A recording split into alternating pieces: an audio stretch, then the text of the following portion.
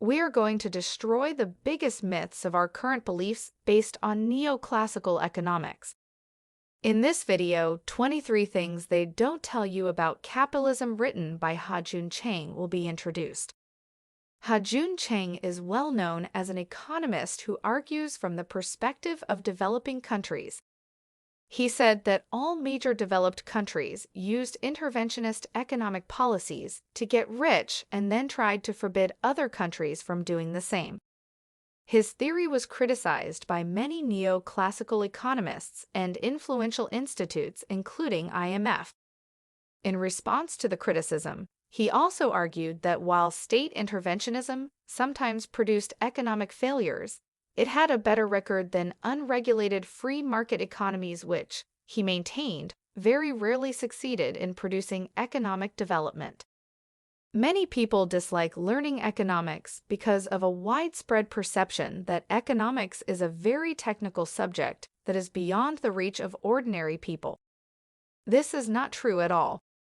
Through this book, I debunk the biggest economics myth and argue that most economics can be understood by anyone with common sense.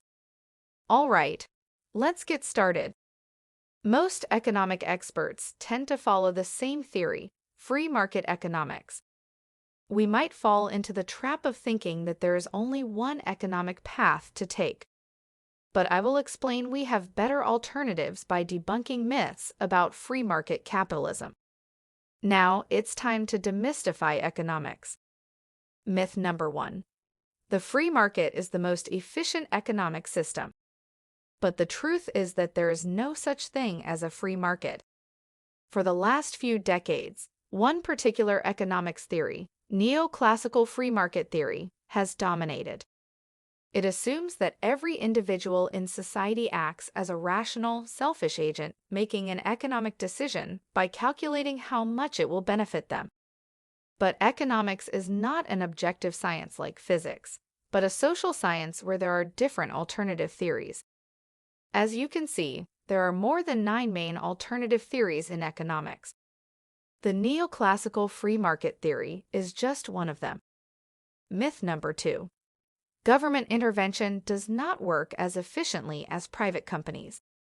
But the truth is that big government makes people more, not less, open to changes. Despite economists' fear of government economic planning, it is already happening and it is performing well. Government can play a crucial role in economic growth. For example, LG Electronics in South Korea used to be a small company called LG Chemical Industry.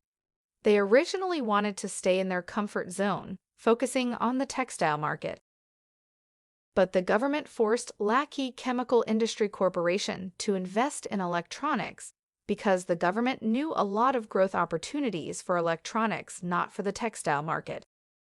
The goal of a private company is to set strategic goals to maximize their profit with the steady operation of their businesses. The goal of the state is to maximize economic benefit as a whole society. In some cases, the state can make better decision-making than the private company because the state often has a better knowledge of the whole economy than a private company. Myth number 3. People earn what they deserve. Should we earn what we deserve? Do you believe in meritocracy? It is hard to say no to these questions. However, if you live in developed countries, you'd better think twice. The people in developed countries are to be paid way more than they deserve because the wages of workers in developed countries are protected by the various regulations of government. If the wages of workers are determined solely by the market, the wages of workers in developed countries decrease without a doubt. For example, let's think about taxi drivers in the UK and Vietnam. The average base salary of a taxi driver in the UK is 21,192 GBP, equivalent to USD 25,514, whereas the average base salary of a taxi driver in Vietnam is merely 66,511,518 dong. It sounds like a lot of money, but it is equivalent to USD 2,864. You might say that the general price between the UK and Vietnam is different. I agree with you. We need to consider the difference in general prices. Let's compare the salary of a taxi driver and the price of a Big Mac in the framework of the law of one price. The law of one price states that the price of an identical asset or commodity will have the same price globally, regardless of location, when certain factors are considered. McDonald's Big Mac in the UK is 4.82 USD, whereas McDonald's Big Mac in Vietnam is 3.08 USD.